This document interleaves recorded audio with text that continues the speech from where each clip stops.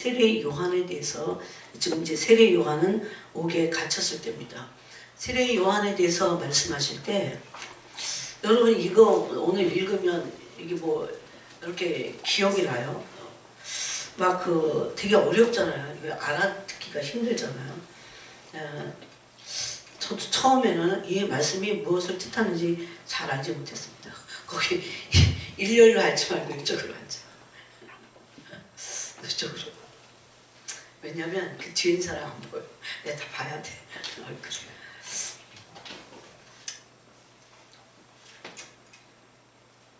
그래서 우리가 이제 세례 요한에 대한 걸 나눈 게 아니고 모세에 대해서 나눴어요. 모세에 대해서 나눴는데 모세가 이게 정말 어떻게 제가 이걸 다 설명해야 될지 모르겠어요. 그러면 토요일날도 주님이 너무 이 부분에 대해서 분명히 말씀하셨기 때문에.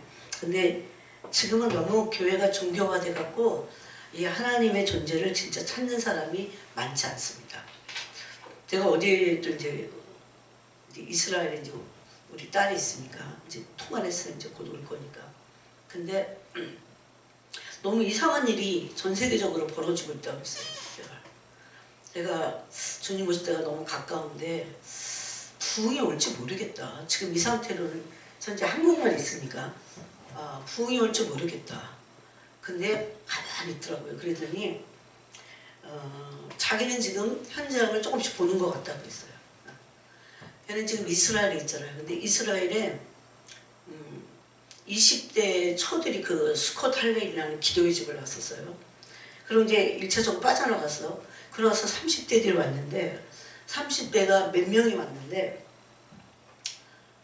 핀란드에서 수학 선생님 하던 어떤 자매 또 다 직장도 막 있고 뭐 간호사고 뭐고 뭐 막 이래.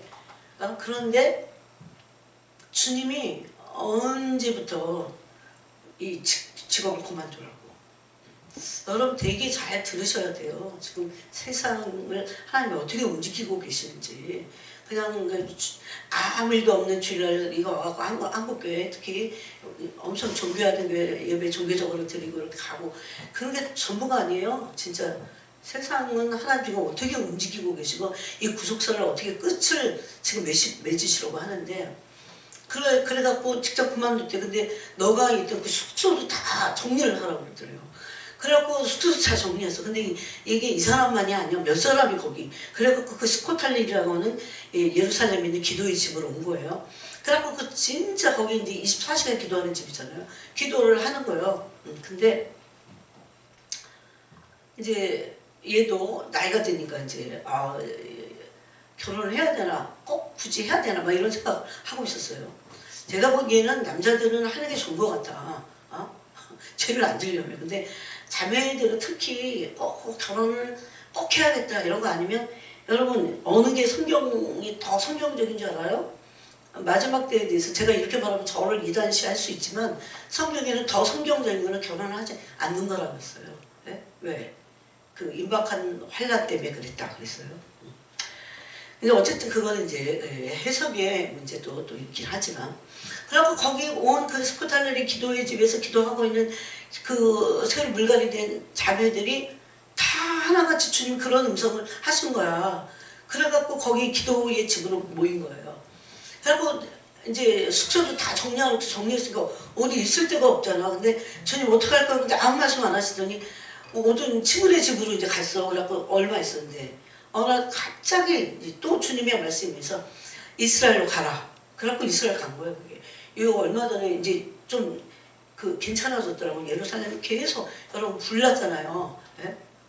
그 방화에 의한 그 테러에 의한 방화더라고요. 보니까 되게 위험해요. 지금은 전 세계적으로. 하나님께서 지금 뭔가 하나님의 그 엄청난 구원의 역사를 마무리하려고 여러분이 그래서 구속사적인 세계관을 갖고 이 세상을 살아가야 돼요. 정말 내가 살고 있는 이 세상에서 내가 위험에 처하지 않고 나름 삶의 뿌리를 내리고 이 세상에서 더 좋은 삶을 살기 위해서 신앙생활을 하는 게 전혀 아닙니다. 만약에 그렇게 산다면 그 사람의 그 영혼은 부패하게 돼 있어요. 예? 그건 하나님을 이용하지만 하나님 이용 당하실 리가 없죠. 예? 몇 명이라도 중요해요, 여러분. 정말 이 마지막 때 정신을 차리는 거야. 그래서 제가 그랬어요. 하나님 너를 향한 부르심, 너도 이뤘으면 좋겠다 그랬어요. 그 부모가 막 억지로 막 이래라 저래라 할 수는 없으니까. 그래서 너무나 많은 거기 온 사람들이 하나같이 주님 막 그만두라고, 직장 그만두라고 하고, 아니 그만두라고 하니까 그만두는 거야. 다닐 사람 다녀야 돼. 아무나 또 뭐 그만두라고 하시겠어요. 그래갖고 거기 와서 그 기도의 지킴을 하면서, 그러면서 얼마 전에 영국에서 런던, 특히 런던에 있던 그 자기 친구가 이제 선교사인데 소식을 들었대요. 이 큰 교회, 영국에 있는 런던에 있는 교회 세 교회가 연합해갖고 만약에 오늘 12시부터 만약에 낮 12시부터 기도했다 그러면 저녁 12시까지 12시간 하는 거야. 네? 네. 12시간을. 근데 거의 24시간 하는 데도 있어요. 네? 물론 막 한 잠도 안 잘 수는 없지만 돌아가면서 이렇게 하면서. 네. 그러면서 막 여러분 지금 이 런던, 특히 영국의 런던의 문제는 뭐냐면 모슬렘들이 너무 많아요. 네. 그래갖고 영국이 지금 그런 모슬렘에 의한 테러나 이런 것들이 영국인데 굉장히 다 이게 노출돼 있어요. 그래서 그런지는 몰라도 사람들이 그냥 계속 교회로 몰려든대요 지금. 근데 이게 그 웨일즈에 일어났던 그런 부흥과 같은 그런 일들이 일어날 조짐이 보인다고 그랬어요. 조짐이 보인다고 그랬어요. 여러분 한국 교회가 좀 너무 조용한 것 같아요. 아니 빗나가고 있어요 사실은. 그렇지만 토요일날 주님 그랬어요. 이 말씀을 하셨어요. 이 말씀. 그래서 오늘 이제 이거를 나누기를 원하는데, 이게 사실은 지금 한두 주 전부터 이거 두 번, 이거 세 번째 이거 영광에 대한 거 아니구나. 두 번째구나. 예, 그렇게 이제 지금 나누고 있는데, 여러분이 정말 구속사적인 세계관, 예? 그냥 내가 이 땅에서 돈을 너무 좋아하잖아. 그러면 돈이 자기 세계관이야. 너무 막 이성, 남자친구, 여자친구 거기에 꽂혀 있으면 이성이 세계관이야. 예? 그건 오래가지 못해요, 사실. 예. 그런데 우리의 세계관은 다 그거 세속적이고 다 버려야 될 세계관입니다. 내가 어떻게 하면 이 세상에 명예를 얻고 내가 어떻게 하면 이 세상에서 잘 먹고 잘 살까? 그런 게 여러분의 그 가치관이면 세계관이 그런 거예요. 그러면 하나님의 구원에서 멀어집니다. 지금은 더군다나 예수님 오실 때가 너무 가까워서 우리는 구속사적인 세계관을 가지고 나의 삶을 돌아봐야 되고 교회를 봐야 되고 세상을 바라봐야 내가 이 마지막 때 어떻게 해야 되는가가 나옵니다. 제가 그랬어요. 그 주님 사랑하니까, 사랑하는 사람들이니까 주님이 그냥 너무 그냥 분명하게 말씀하셔갖고. 그래서 오늘 이 세례 요한에 대한 말씀을 다시 우리가 나누면서, 세례 요한이 2절에 보니까 옥에 있을 때부터 옥에 갇혀 있었어요. 그래서 이제 나중에는 목배임을 당해서 죽죠, 세례 요한이.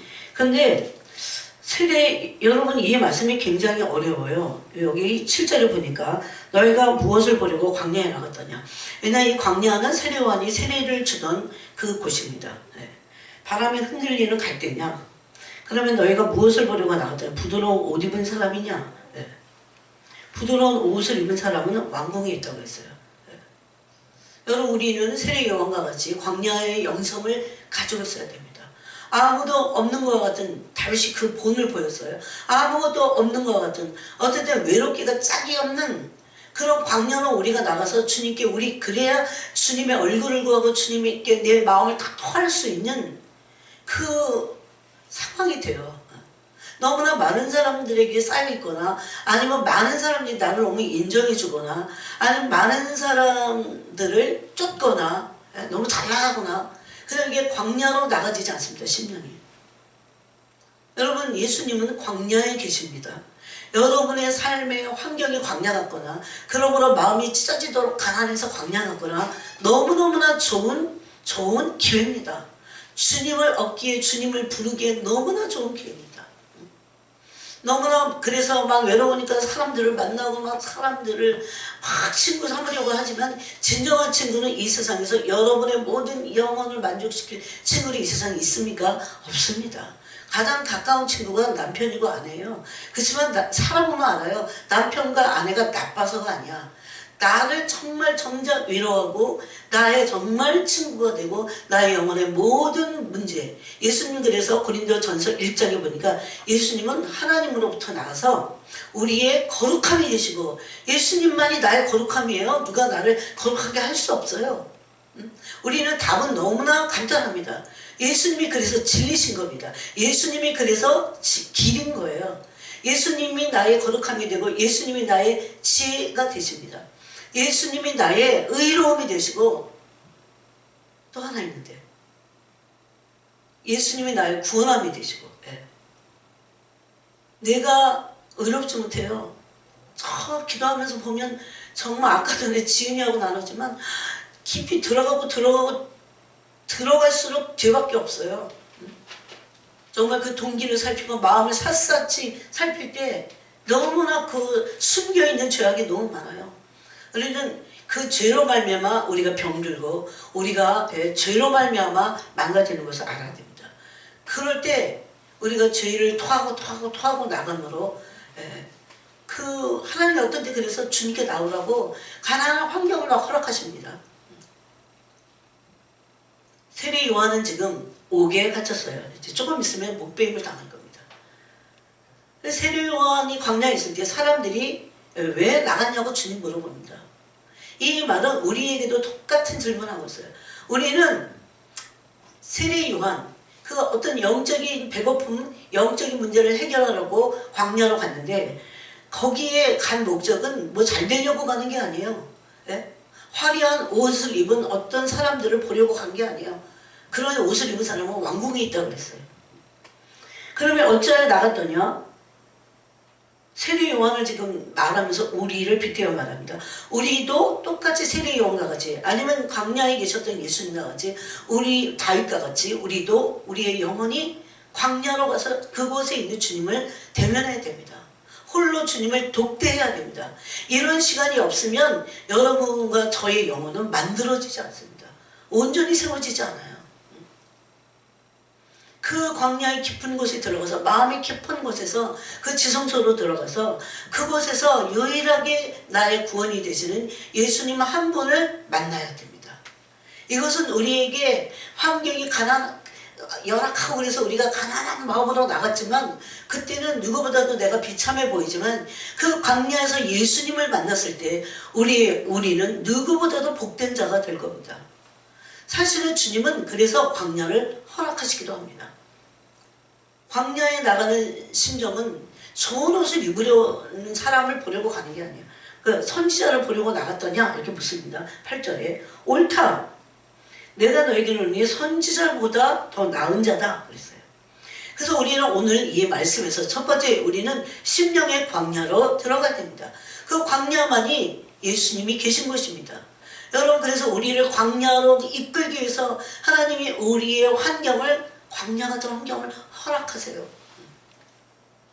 몸이 연약할 수도 있고 관계가 깨질 수도 있고 돈도 없을 수도 있고 직장이 안 될 수도 있고 옛날에 어떤 사람 보니까 세상 공부를 하는데 박사를 하는데 3년이 넘었는데 꽝이 된 거야 꽝. 여러분 그럴 때 제 연구에서 보니까요 정신병이 오더라고. 매진하고 했는데 어떨 때는 또 교수가 그 사람 논문이 너무 괜찮으니까 은근히 슬쩍해. 이런 인간들이 있어. 이거 도둑질이에요. 그거 막 밑바닥이 됐어. 그런데 하나님 왜 이거 허락하실지 광야로 들어가야 돼 그때. 밑바닥에 막 들어가서 다윗과 같이 사울이 다윗을 죽이려고 쫓아다녔잖아요. 심지어 광야까지 왔잖아. 그런데 거기서 다윗이 살아났고 다윗이 승리의 승전가를 부를 수 있었던 것은 그 광야에서 하나님을 만났기 때문입니다. 그분을 진짜 독대하고 그분이 단석이 되시고 피난처가 되시고 피할 바위가 되시고 그 시편 18편이에요. 시편 18편을 여러분이 꼭 가서 집에 가서 읽어보세요. 그때 하나님이 다윗을 향해서 다윗이 얼마나 울부짖고 하나님 얼굴을 보였을 때 하나님이 다윗에게 시편 18편을 보니까 응답하신데 어떻게 나타나시는지 보세요. 기가 막혀요. 다윗이 이걸 경험한 거야? 깜짝 놀랄 정도입니다.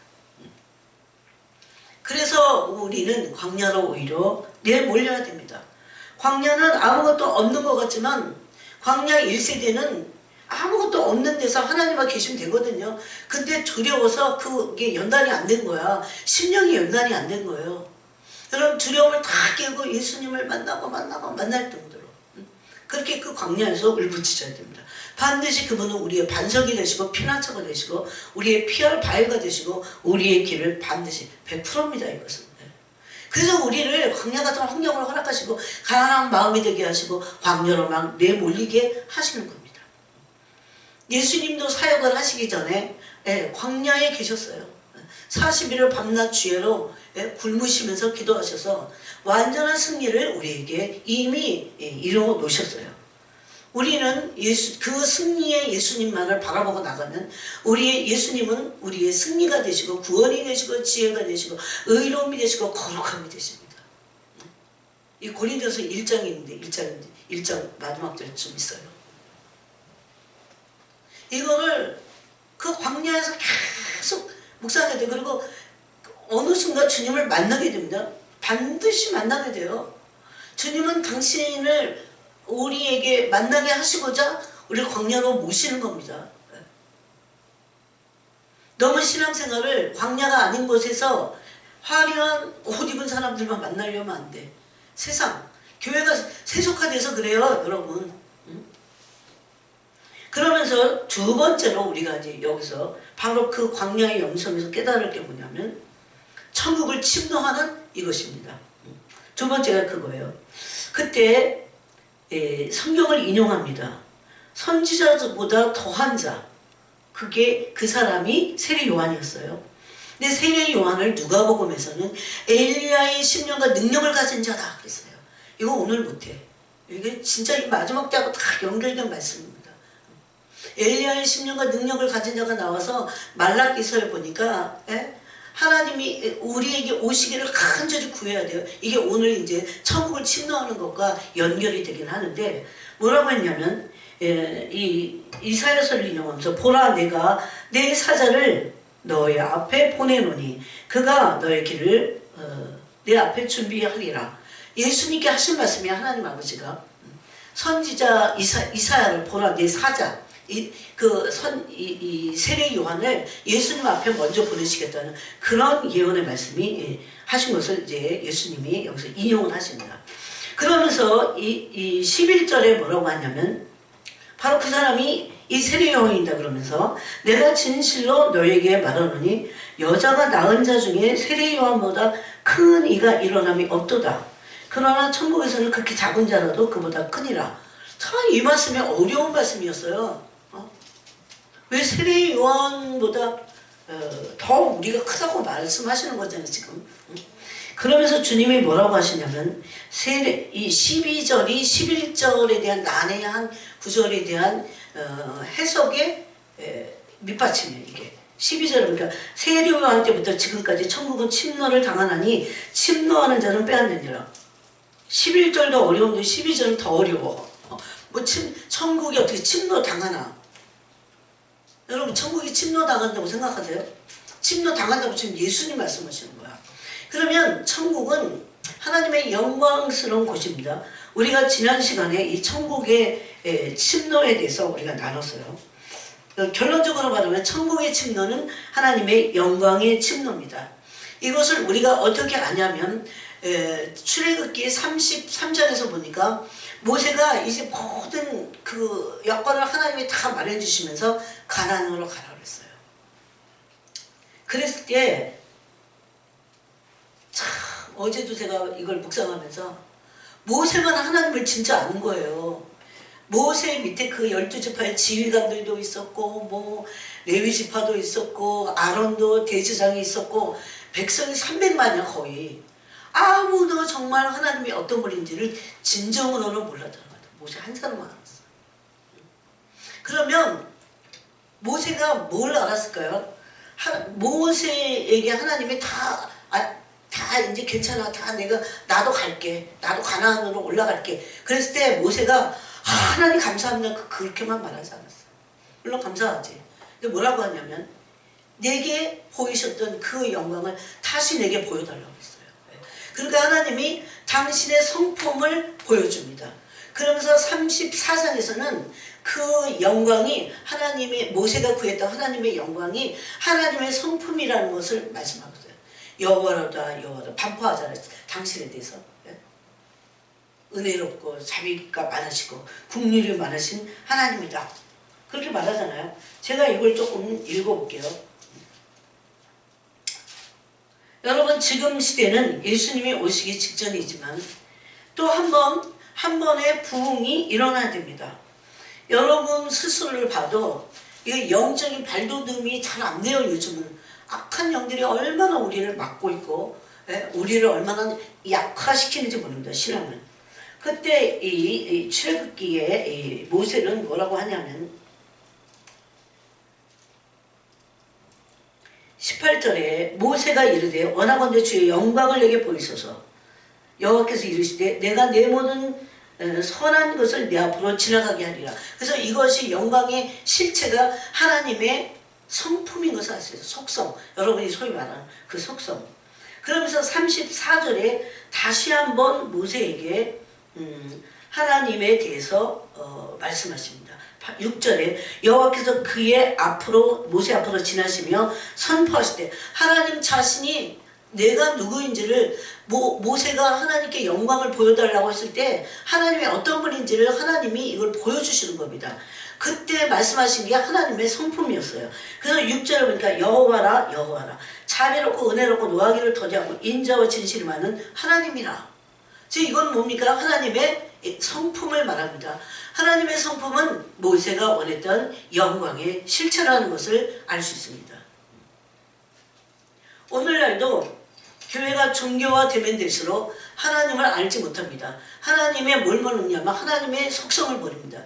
여러분 하나님의 속성은 우리 영혼의 이 양식과 같다고 그랬어요. 그래서 하나님의 이 성품을 먹고 마셔야 되는데 하나님의 성품은 이론이나 개념이 아닙니다. 하나님의 성품을 아무리 배우고 신학대학 가서 하나님의 속성을 막 조직신학 시간에 막 배우고 해도 하나님을 알 수 없습니다. 여러분 어떤 사람을 내가 잘 알려면 어떻게 해야 됩니까? 그 사람과 친밀하게 교제해야 돼요. 마음을 나눠야 돼요. 그거와 똑같습니다. 하나님을 알려면 하나님이 영이시기 때문에 성령이 기름 부어서 하나님의 성품을 우리에게 가르쳐 주셔야 돼요. 그래야 우리는 하나님이 어떤 분이신지를 알게 됩니다. 근데 그거는 지식이 아니고 또 개념이 아니기 때문에 성령이 기름 부어서 가르칠 때 하나님의 속성, 그 성품에서 나오는 영광이 우리에게 강력하게 임한다는 겁니다. 만약에 저에게 영광이 강력하게 임해서 안 떠나가잖아요. 딱 한 달만 안 떠났으면 좋겠어. 그럼 어떻게 될까요? 여기 다 뒤집혀버려요. 하나님 당신을 갈망합니다 라는 책에 보니까 거기는 며칠간 하나님이 그 교회에 머물러 계셨어요. 아무도 사회를 볼 수 없었어요. 아무도 설교를 할 수 없었어요. 우리가 정말 원하는 것은 하나님의 존재 그것입니다. 바로 그래서 그 300만이나 넘는 이스라엘의 구약 백성들조차도 하나님을 정작 대면하고 알고 하나님의 어떤 분이신지를 안 사람은 모세 한 사람밖에 없었어요. 하나님을 맛본 사람이에요. 그렇기 때문에 맛을 본 사람만이 하나님을 구한 겁니다. 그러니까 모세는 이제 모든 문제가 다 해결됐는데도 불구하고 출애굽기 33장 18절에서 또 뭘 구했어요? 하나님의 영광을 내게 보이소서 그랬습니다. 하나님의 영광은 하나님의 존재를 말합니다. 오늘날 교회가 종교화되지 않으려면 하나님의 존재인 그 성품의 영광을 맛봐야 돼요. 성령이 오늘 이 시간에도 여러분이 기도할 때마다 기름 부어서 하나님을 맛보아 알게 돼야 돼요. 그래야 종교에서 벗어납니다. 종교는 실체를 모르기 때문에 인간이 막 만들어내요. 그래서 여러분 종교적일수록 천주교가 그렇죠. 종교적일수록 어떻습니까? 의식이 많아. 의식이 뭐예요? 겉에 사람이 보이는 의식이 많아. 뭘 흔들다거나 앉았다 일어났다 뭘 뿌리고 어쩌고저쩌고 의식이 많아요.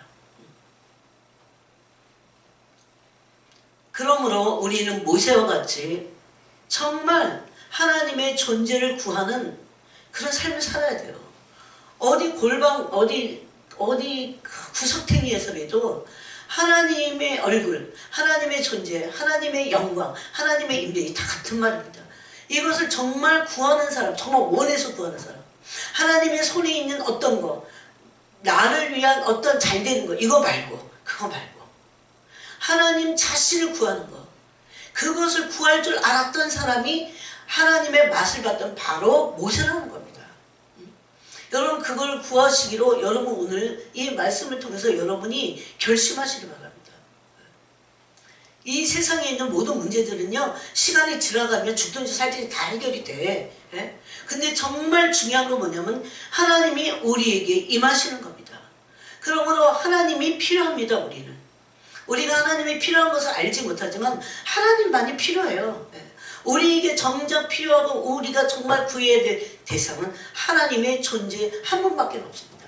이것을 정확하게 알았던 사람이 모세예요. 백성들이 막 난장판이잖아. 이스라엘 백성들이. 그런 가운데 모세 한 사람만 진짜 정신을 올바로 차리고 진짜 하나님의 존재를 구할 줄 알았던 사람이에요. 그래서 이스라엘 백성이 가나안 땅으로 그래도 1세대 말고 2세대라도 들어갔나 그런 생각이 들어요.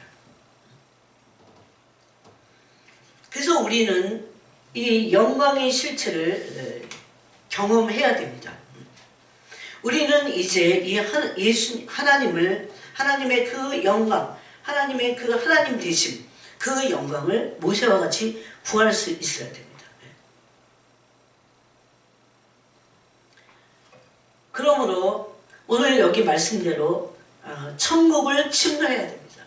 그것이 바로 하나님의 존재를 구하는 것이 하나님의 영광을 구하는 것이고, 영광의 침노는 곧 천국의 침노라는 겁니다. 그러면 천국의 침노, 이 세례 요한을 통해서 말씀하신 예수님의 말씀이 천국은 세례 요한 때부터 지금까지 침노를 당한다고 그랬어요. 여러분 침노당하면 나중에 어떻게 되냐면 영광의 반열이 엄청 높아져. 이 고린도 전서 15장에 보니까 해의 영광이 있어요. 우리 교회에서 해의 영광을 찾을 사람 과연 있을까? 위왕 믿잖아. 이왕 신앙생활 하잖아. 가장 높은 반열이 해의 영광으로 들어가는 겁니다. 이 땅에서 결정돼요. 모세는 그걸 알았어요. 그래서 하나님 영광을 계속 구한 거예요. 또 구하고 또 구하고 또 구하고 또 구하고. 이게 바로 영광의 침노라는 겁니다. 그리고 침노를 당하고 있어요. 오늘날도. 전 세계적으로 당하겠죠. 근데 이란 같은 데 보니까 그냥 지하교회 가요. 불같이 일어나고 있어요. 지금. 그들은 목숨을 걸고 믿습니다. 목숨을 걸고.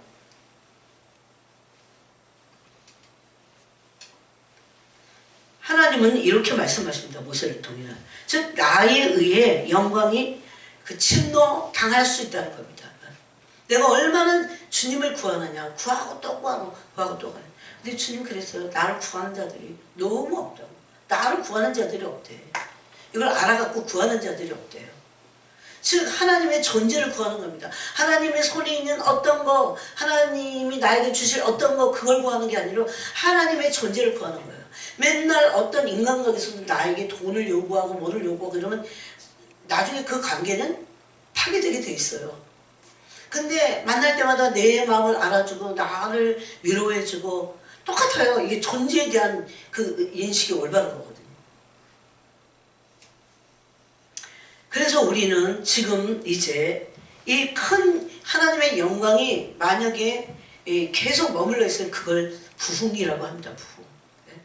오늘 한국교회는 어느 곳에도 부흥의 조짐이 거의 없습니다. 만약에 그 은사 말고요. 그러면 제가 먼저 달려갈 겁니다. 오랫동안 제가 이것을 구해왔어요. 하나님 과연 이 기도를 들으시고 이 영광의 하늘의 문을 여실지는 모르겠어요. 그렇지만 계속 구하고 있습니다. 하나님의 영광이 우리에게 하늘의 문이 열리는 거예요. 그렇게 될 때 우리는 주님의 얼굴과 얼굴을 맞대어 볼 것입니다. 고린도전서 13장의 말씀대로. 여러분 지금은 육체의 죄성으로 인해서 모세조차도 직접 하나님을 대면할 수는 없었어요. 하나님이 바위에다가 가리고 등을 이렇게 보이셨다고 우리가 지난 시간에 읽었던 출애굽기 33장에서 말씀하셨어요. 그럼 모세가 원했던 왜 원했을까? 왜 하나님의 영광을 원했을까? 하나님의 영광은 과연 무엇인가? 우리에게 하나님의 영광은 왜 필요한가? 이런 거를 우리가 알아야 됩니다. 우리가 필요한 것은 하나님의 손에 있는 어떤 기적만이 아닙니다. 그것도 때로 필요하겠지만 정말 모든 것을 포함하고 있는 모든 것 대신 하나님만을 구해야 됩니다. 그러므로 하나님의 영광이 임할 때 모든 것은 완전해질 겁니다. 또 구원이 완전해질 겁니다. 그래서 그 이반 로버츠라는 사람이 영국의 웨일즈의 부흥을 10년간 구했습니다, 여러분. 네. 웨일즈의 부흥이 일어났을 때 웨일즈의 광부 출신이었어요, 이반 로버츠는. 그랬을 때 500만 명이 돌아옵니다. 영국 사람 500만 명. 네. 이거는 부흥은 추수예요. 그래서 영혼의 추수와 연결됩니다. 그냥 단순히 나는 뭐 예수 믿는데 뭐 그게 아니에요. 지금은 너무나 종교화돼 갖고 우리가 바리새적이 되기가 너무너무나 쉽습니다. 제가 어제 토요일 날도 주님이 그 외식하는 것에 대해서 얼마나 깨밀하게 말씀하시는지, 그래서 제가 또 회개했어요. 외식하지 않고 주님을 올바로, 제 말과 행동이 똑같고, 내가 마음에서 누구를 반겼다면, 내가 얼굴로 이렇게 반겼다면 속마음도 똑같아야 돼요. 그렇게 하지 않을 때, 조금이라도 거기에 거짓이 있고 이럴 때 그것이 하나님 앞에 얼마나 가증되고, 그 한 가지 죄로 인해서 회개하지 않는다면 우리는 지옥불로 던져질 수 있다는 겁니다. 우리는 직접 이제 주님의 영광을 대면할 수 있는 그 마지막 시대를 살고 있습니다. 진짜 하나님이 원하시는 게 뭘까요? 모세만 하나님의 영광을 보기를 원했을까요? 아닙니다. 아론도 보고 레위지파 전부가 보고 하나님이 원하시는 것은 그 영광을 다 우리에게 나눠주는 거였습니다. 진짜 하나님이 원하시는 것은 우리를 그 영광에서 멀어지게 하는 거, 그런 거 아닙니다. 그 영광을 볼 수 없게 차단해버린 거, 이런 거 아니에요. 그렇지만 정결해서 거룩하지 않고 그 영광을 본다면 죽었기 때문에 이스라엘 백성이 고린도후서 3장에 보니까 이런 착각을 일으켜갖고 모세의 얼굴에 스며있던 하나님의 영광을 보지 않으려고 얼굴에 수건을 가렸다, 이렇게 돼 있어요. 하나님은 그 영광을 나누고 또 맛보아 주기를 원하십니다. 여러분, 하박국 2장의 말씀이 이제 성취되기 위해서는 우리는 정말 이 하나님의 영광, 하나님의 존재 자체를 구하는 그 삶을 살아야 됩니다. 여러분이 하루에 한 30분씩이라도 하나님의 영광만을 구하세요. 모세같이. 갈망이 여기 있어야 돼요. 하나님을 원하는, 하나님의 존재 자체를 원하는, 여러분 이거 자체가 너무 선하고 상받을 일이에요. 사실은 우리 자체가 하나님을, 우리가 필요해. 그래서 구해야 돼요. 하나님을 구하지 않기 때문에 오는 여러 가지 문제들이 너무 많습니다. 왜? 하나님의 임재가 없는 곳에 사탄이 일하니까. 그래서 하나님 얼굴을 구하고 또 구하고 또 구하고. 그럴 때 그 구하는 것 자체가 하나님에게 얼마나 그 복인지 몰라요. 그러므로 내가 그 영광을 많이 구할 때 내가 영광의 통로가 됩니다. 하나님의 임재를 내가 통로가 돼서 이렇게 풀어놓을 수 있어요. 그래서 그 영광을 이 땅에 풀어놓는 영광의 통로가 되기를 하나님이 원하신다. 예수님을 볼까요? 예수님은 육체의 죽으심과 대속의 제물이 되시고 희생하심으로 우리 금요일날도 나눴습니다. 예수님의 대속 제물 되심과 희생, 그러므로 희생 제물 되시고 화목 제물 되신 것은 다 죄 때문이에요.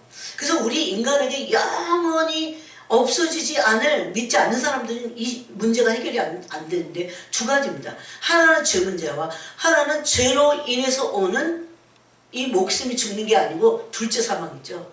영원히 죽어서 지옥불로, 이 불못에, 둘째 불못이라고 하는 그 불못에 던져지는 것을 둘째 사망 그러잖아요. 그래서 인간은 스스로 이 죄 문제로 인한 둘째 사망의 문제를 해결할 수 없습니다. 근데 막 예수님이 오셔서 이 문제를 대신 죄를 속함으로 해결하신 겁니다. 누구의 문제를? 나의 죄 문제를 해결하신 거예요. 대속제물 되시고 희생제물 되시고. 이렇게 명확하게 알아야 이단에게 안 속아요. 그 다음에 나와 하나님 사이 사이에 원수지간이었잖아요. 뭐 때문에? 죄 때문에. 예? 그 죄로 인해서 또 이 사망, 둘째 사망의 권세를 누가 잡고 있었어요? 마귀가. 이거 다 해결하신 거예요. 대속죄물 대심으로 우리의 죄 문제가 해결되고, 부활하심으로 둘째 사망의 문제가 해결된 거예요. 여러분 이렇게 알고 있어요? 죄 문제를 해결하심으로 십자가에서 죽으셨잖아요. 죄를 대속해서. 그러므로 죄 문제를 해결한 거예요. 그게 십자가에서 죽으신 것은. 그래서 죄 문제는 해결됐는데 죄로 인해서 사탄이 사망의 세력으로 잡고 있잖아요. 그게 둘째 사망이거든. 응? 죽음 후에 오는 둘째 사망, 두 번째 사망. 그걸 말해요. 이거를 인간 스스로는 죽었다 깨나도 해결하지 못해요. 천년 만년이 지나고 돌을 닦아도 해결하지 못해요. 이 문제를 예수님을 통해서 하나님이 해결하신 겁니다. 그러므로 하나님과 원수됐던 우리가 하나님의 진노 가운데 있을 수밖에 없어요. 그럼 바로 죽으면 진노 아래 들어가는 거야. 이 땅에서 사는 동안에도 무슨 문제가 있어요? 예수님이 날 대속제물이 되시고 하나님과의 화목제물이 안 되셨으면 무슨 문제가 있어요? 저주의 문제가 안 없어져. 근데 우리에게 지금 일어나고 있는 것들은 어떤 저주도 없습니다. 여러분이 이걸 내가 믿느냐 안 믿느냐에 따라 사탄에게 속느냐 안 속느냐 그겁니다. 우리에게 일어나는 어떤 잘못된 일들도 다 저주는 없어요. 내가 진짜 예수를 믿는다면. 예수님의 뭘 믿어요? 십자가에서 대신 나의 죄를 위해서 대속했기 때문에 죄로 인한 저주가 없어요. 죄가 있어야 저주가 있지. 내가 믿는 동시에 영원히 우리 죄를 사하셨다고 했으니까. 그러면 둘째 사망의 권세를 가지고 있던 그 사탄의 권세는 어떻게 돼? 부활하심으로 깨트려진 거예요. 그게. 이게 주일마다 다 선포하고 기뻐해야 돼. 그래서 주일날은 예수님이 부활하신 날이잖아요. 그럼 우리에게는 어려움이나 이런 것들은 내가 마귀에게 속아서 내준 거든가 아니면은 하나님이 그 모든 걸 통해서 나를 연단하시려는 하나님의 고난이든가 둘 중에 하나입니다. 저주는 아니에요. 저주는 아예 없습니다. 근데 오늘은 너무 많은 사람들이 마치 저주 아래 있는 것처럼 살고 있어요. 예수님이 바로 육체의 죽으심과 대속제물과 희생되심으로 수많은 이런 문제들을 다 해결하셨어요. 이 수많은 영혼들의 구원을 위해서 하늘 문이 확 열린 거예요. 예? 언제? 이 부활하실 때 뭐가 깨트려졌어요? 둘째 사망의 문제가 완전히 깨졌어요. 만약에 예수님이 그러실 수도 없지만 십자가 달려서 죽으시고 나서 살아나지 못하셨다면 아무것도 아니에요. 그래서 부활을 감사하고 기뻐하고 부활절에 온 몸과 마음을 다 드려야 돼요. 온 영성을 다 드려야 돼요. 예수님 부활이 얼마나 감사한 건지 아십니까? 우리에게 사망의 저주가 없는데 다른 저주가 왜 와요? 없어요. 그래서 그 육체의 죽으심으로 영원한 구원의 하늘의 문을 여신 겁니다. 즉 영광의 문이 열린 겁니다. 그래서 이제 하늘문을 열어달라고 다시 하나님의 영광이 임하게 해달라고 우리는 기도할 자격이 있다는 겁니다. 사망 권세가 예수님의 죽으심과 부활하심으로 그 세력이 꺾어졌어요. 부활의 영광을 풀어놓으신 것입니다. 바로 세례 요한도 먼저 와서 이 일을 한 겁니다. 여러분 세례 요한보다 더한 영광의 아들들이 바로 우리들입니다. 아까 그랬죠. 세례 요한보다 우리는 더한 사람들이다. 왜 그런지 아세요? 천국을 침노했고 영광을 침노해서 이 땅에 풀어놓을 수 있는 그런 사람들이기 때문에. 왜 그러냐면 이제 구약에 닫혔던 하늘의 문이 다 열렸어요. 그래서 하나님의 아들들은 선지자보다 더 큰 자들이라고 말하는 겁니다.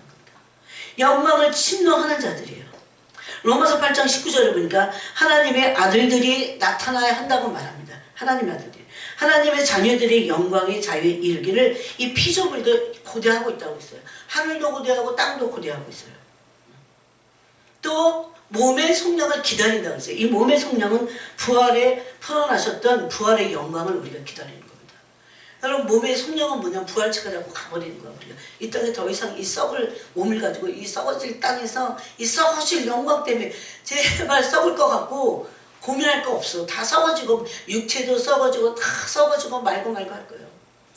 여러분 아까 제가 그랬잖아요.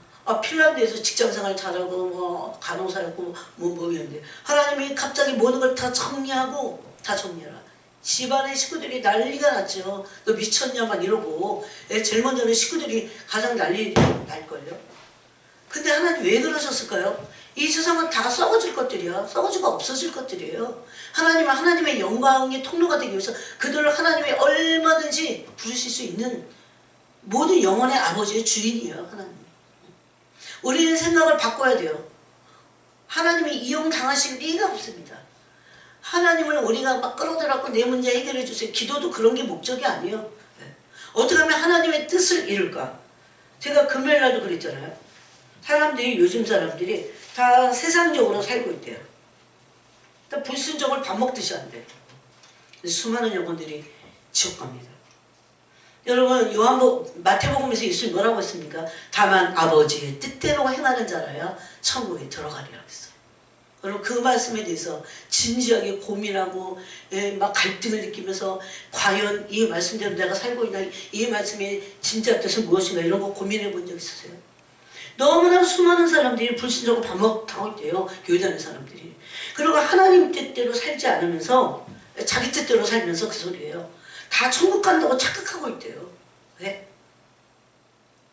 하나님이 어떤 사람들에게는요, 넌 지옥 갈 거야. 진짜 그럽니다. 너가 그대로 계속 살다가 뭐 교회를 안 다니는 게 아니야. 근데 어떤 사람에게 그런 간증 요새 하잖아요, 사람들이. 너 이대로 계속 가면 넌 지옥 갈 거다. 바리새적 믿음을 가지고. 예? 하나님 뜻대로 살지 않으면서. 예?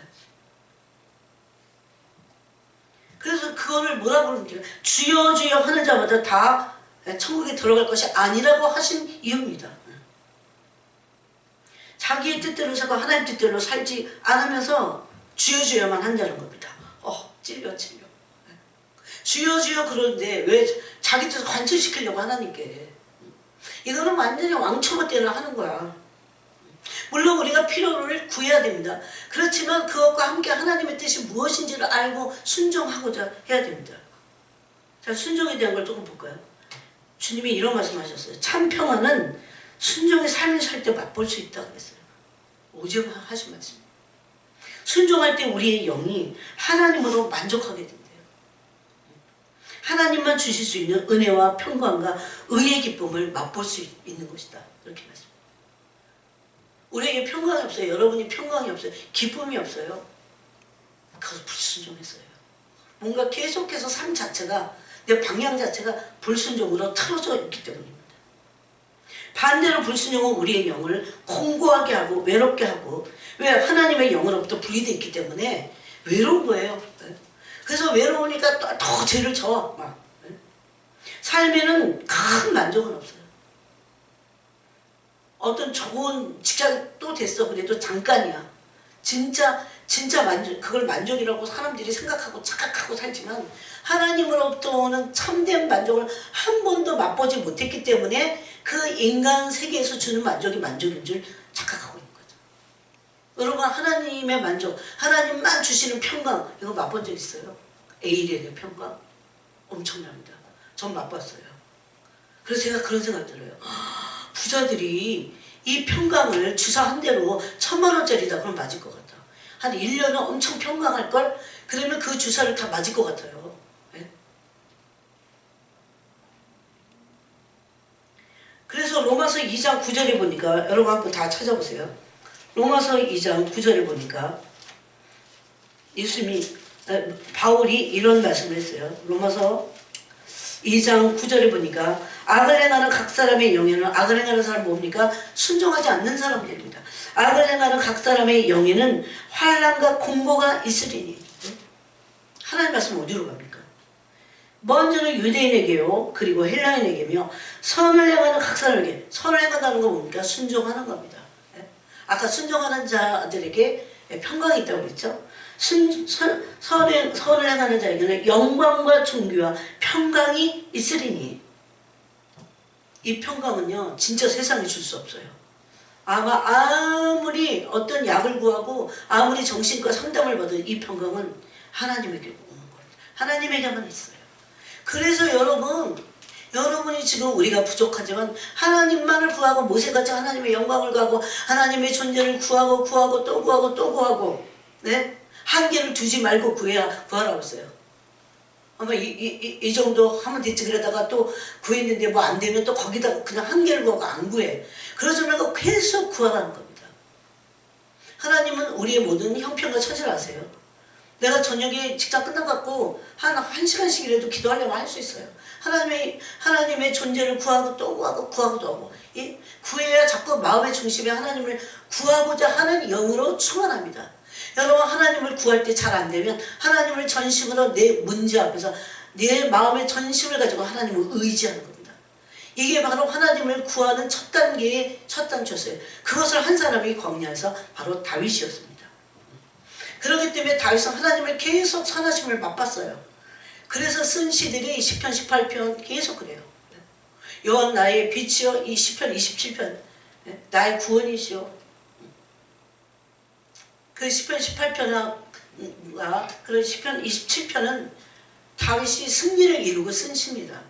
다윗이 그랬다면 우리도 이 광야에서 얼마든지 하나님을 대면함으로 이길 수 있다는 겁니다. 우리의 모든 문제는 하나님을 구함으로 하나님의 존재를 구함으로 모든 문제를 이겨낼 수 있습니다. 우리의 심리적인 연약함 다 이겨낼 수 있어요. 우리의 모든 환경적인 문제 다 해결할 수 있어요. 여러분 우리가 너무 잘 되잖아요. 그러면 우리는 하나님을 구하지 않습니다. 하나님은 당신의 존재를 모세같이 그 영광을 구하고 또 구하는 자들을 너무 좋아하시고 기뻐하세요. 그러면서 선을 행하는 각 사람에게는 평강과 존귀와 영광과 평강이 있으리니 이렇게 말씀하고 있어요.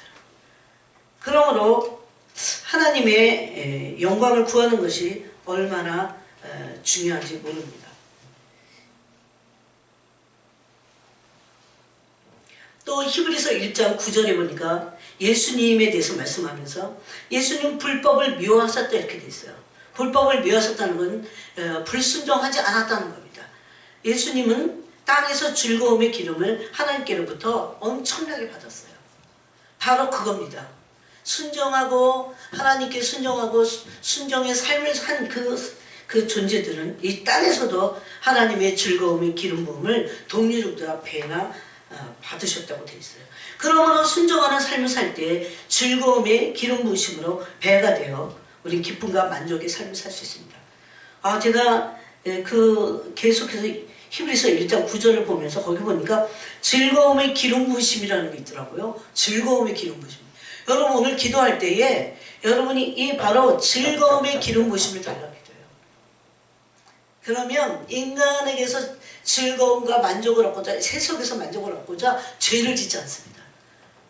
영적인 즐거움 원래 하나님 주시게 되어 있는데 이게 없으니까 허전하고 그리고 뭔가 외롭고 막 공부하고 그러니까 자꾸 세상 것을 찾으면서 오히려 죄를 져요. 그런데 하나님을 구할 때 즐거움의 기름을 붓겠다고 했잖아요. 히브리서 1장 9절에 즐거움의 기름을 부으신다니까요. 그것을 여러분이 구하셔야 됩니다.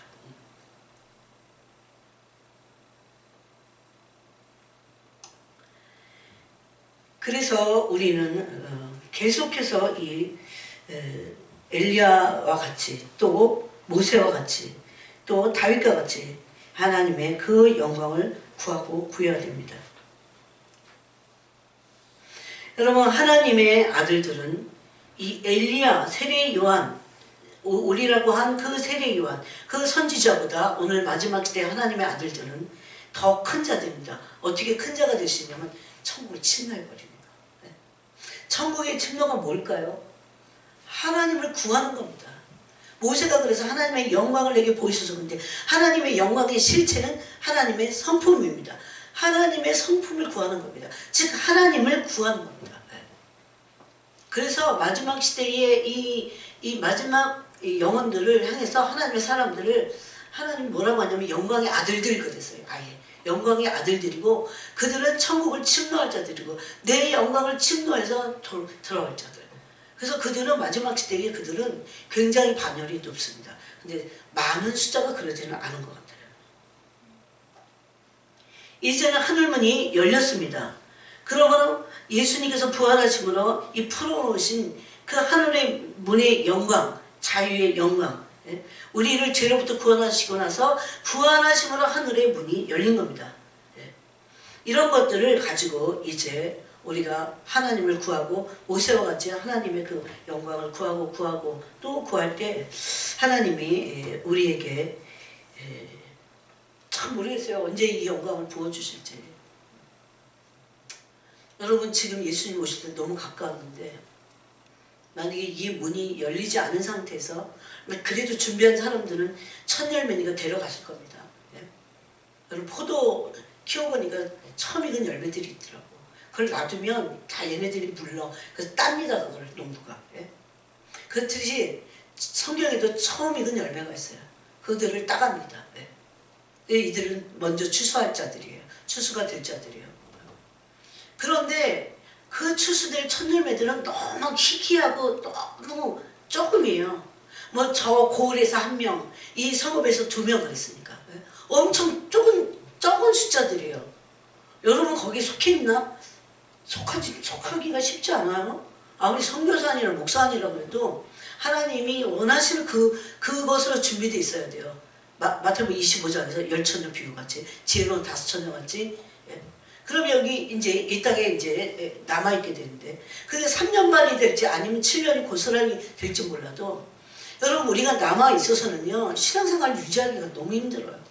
그래서 제가 기도하는 거예요. 저는 가고 싶습니다 주님. 주님이 제가 첫 열매 처음 익은 열매가 돼서 저를 데려가세요. 그런데 만약에 혹시 이 남아있는 이것들을 위해서도 우리가 이제 중보자니까 기도해야 되는데 여러분 그때 정말 하늘문이 열리면서 하다못해 그게 한 1년이라도 하나님의 이 영광의 임재가 일어나지 않으면 지금 이 상태로 우리 그 짐승의 표를 안 받고 버틸 수 있을까?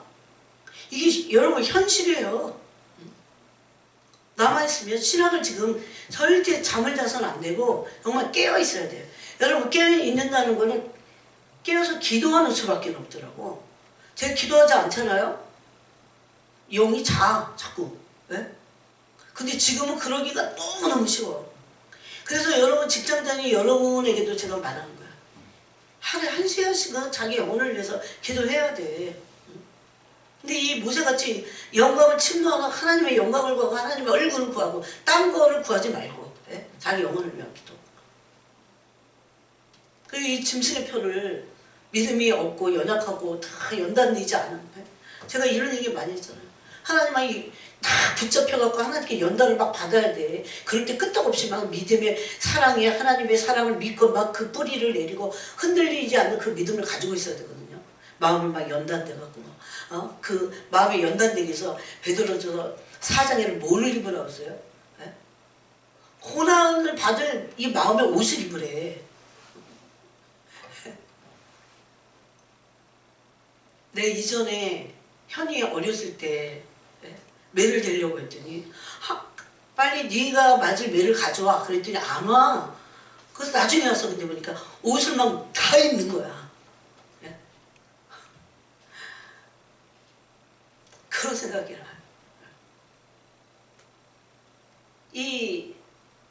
그때로 가면 연단이 안 되면요. 여러분 지금 연단 돼야 돼. 그래서 괜찮아. 뭐가 막 오고 막 시련이 오고 괜찮아요. 주님 얼굴 구하면 돼.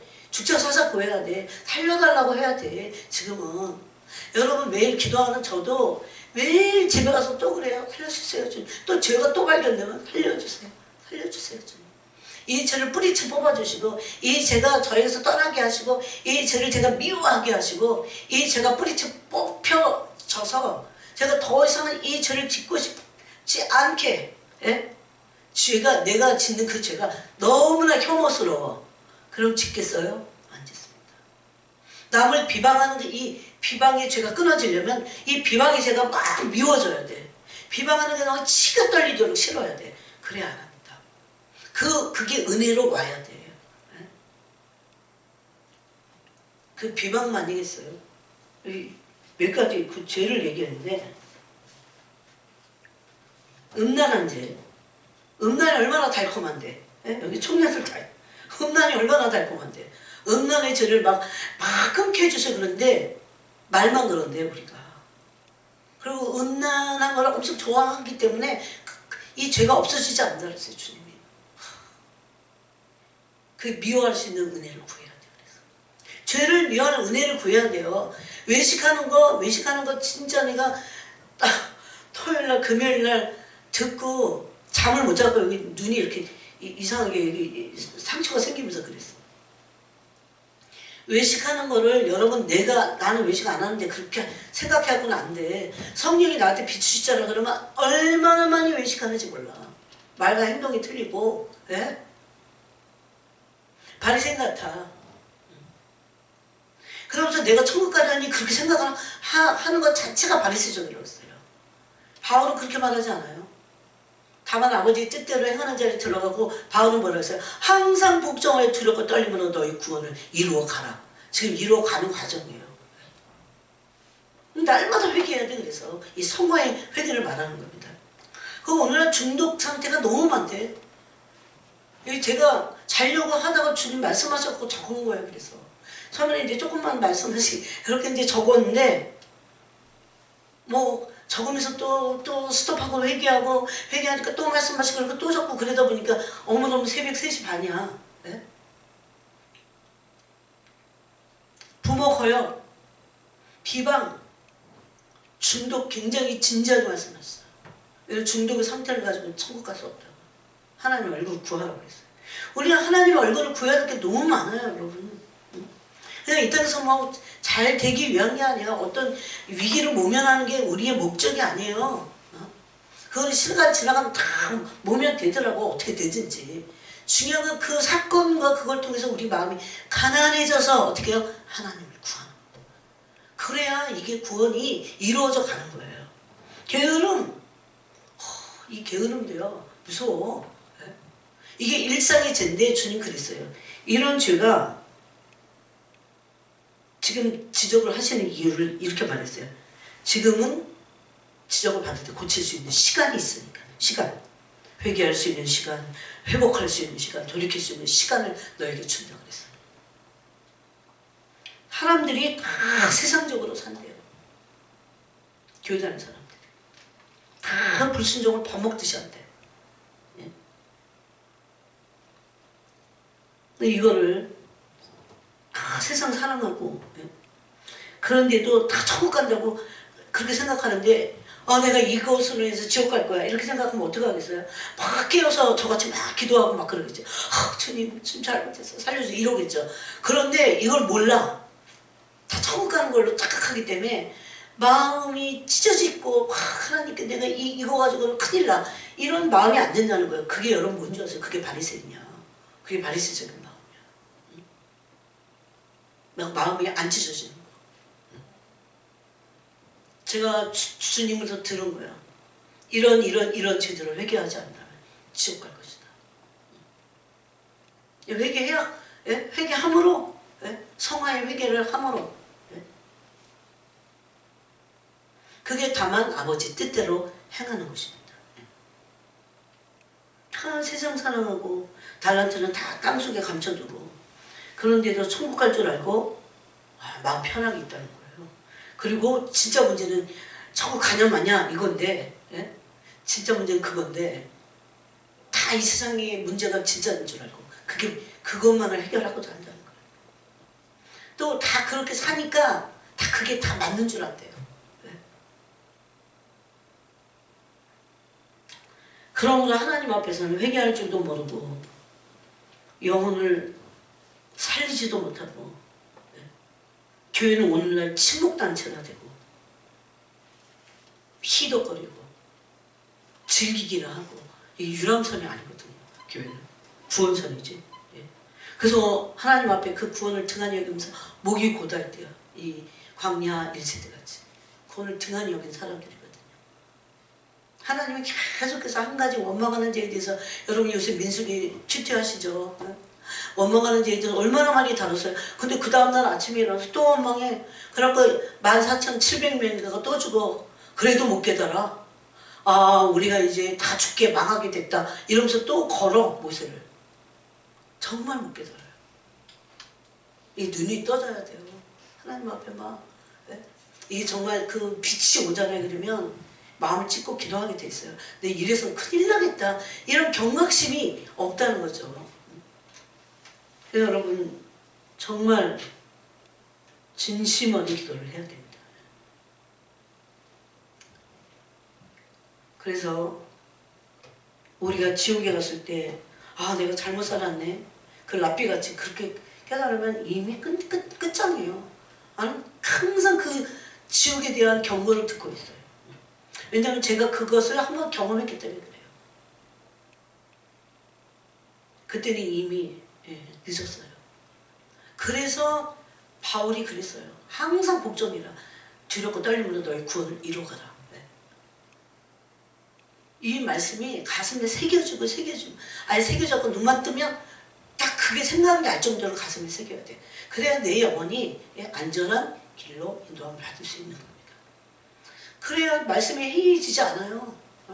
저도 저 만약에 기도하지 않았으면 말씀이 해이해져갖고 아니 내 나이 되면 여기 단풍 구경이나 다니고 꽃 구경이나 다니고 어디 먹으러 다니고 이제 다 좀 자식을 키워놓고 이렇게 안정적이잖아. 그러면 난 지금 돈도 없지만 돈 있으면 차 굴려가면서 여기 다니고 제가 세상에 거의 안 가지만 이런 큰 카페가 있더라고. 이런 춘천이고 어디가 세상에 가보니까 우리 나이대 사람이 꽉 차서 거기. 이 사람들이 도대체 뭐 하는 건가? 다 지금 근데 조금 있다 보니까 집사님, 권사님, 장로님 그게 다 교회 다니는 사람들이야. 그 사람들이 저럴 때가 아닌데. 진짜 얼마나 중요한 때인데 지금. 얼마나 기도해야 할 텐데. 나는 빨리 이걸 깨달았으면 좋겠어요. 영이 깨어났으면 좋겠어요. 근데 기도를 안 하면 영은 깨어날 수 없어요. 기도해야 영이 깨어나. 기도해야 영이 잠을 안 자요. 기도 안 하면 영이 잠들어. 그래서 아무리 얘기해도 안 깨어나. 몰라. 잠자는 사람한테 아무리 옆에서 계속 심각한 얘기 아무리 해보세요. 큰 소리를 말고 조금조금 못 알아들어. 잠이 깊이 빠지면 못 알아들어. 그런 상태예요.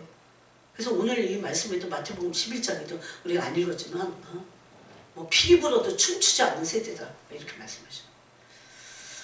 그래서 여러분 얼마나 중요한 지금 이 마지막 때를 지나가고 있는지 모릅니다. 오늘 하루도 지나갔어요. 여러분. 오늘 하루도 여러분 내일 또 붙잡고 계속 붙잡아서 하루에 필요한 나의 경건의 삶과 거룩한 삶과 하나님을 대면하는 삶과 이거 하루 분량을 채우셔야 돼요. 그냥 막 이렇게 너무 바빠갖고 그냥 휙휙 지나가고 그렇게 해서는 안 됩니다. 세월을 아끼라가 뭐예요? 기회를 잡으라는 겁니다. 오전에 권사님 그 기도에 나오잖아요. 그래서 여러분이